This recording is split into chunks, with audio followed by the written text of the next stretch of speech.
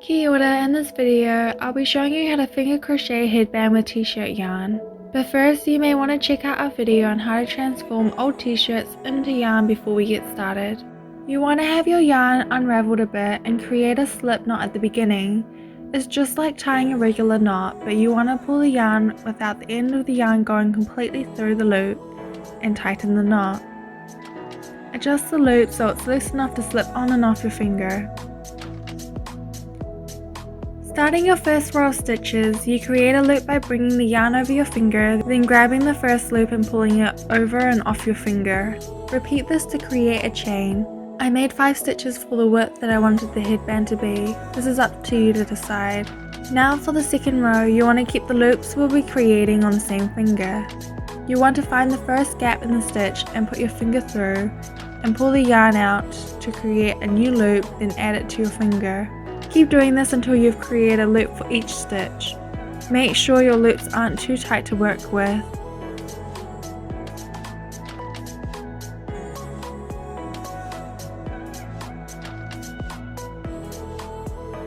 For the third row, we'll be creating new loops and adding those to the index finger of our other hand.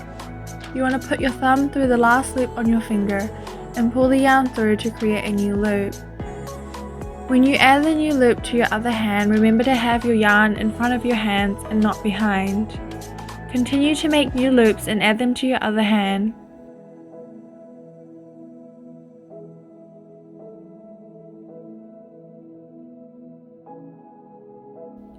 For each row going forward, you want to repeat the steps, creating new loops and adding them to the other hand. Do this until you've created a band long enough to fit around your head. This is a great craft for adults and kids over 10. Once you understand the technique, you can relax and mindfully crochet.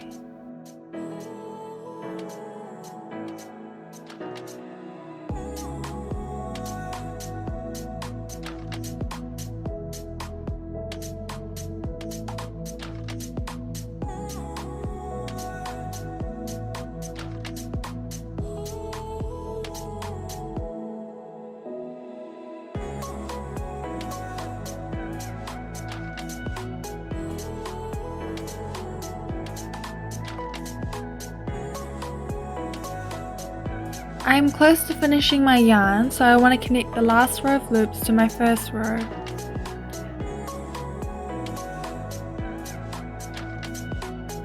What I do is take the loops off my finger and place them down.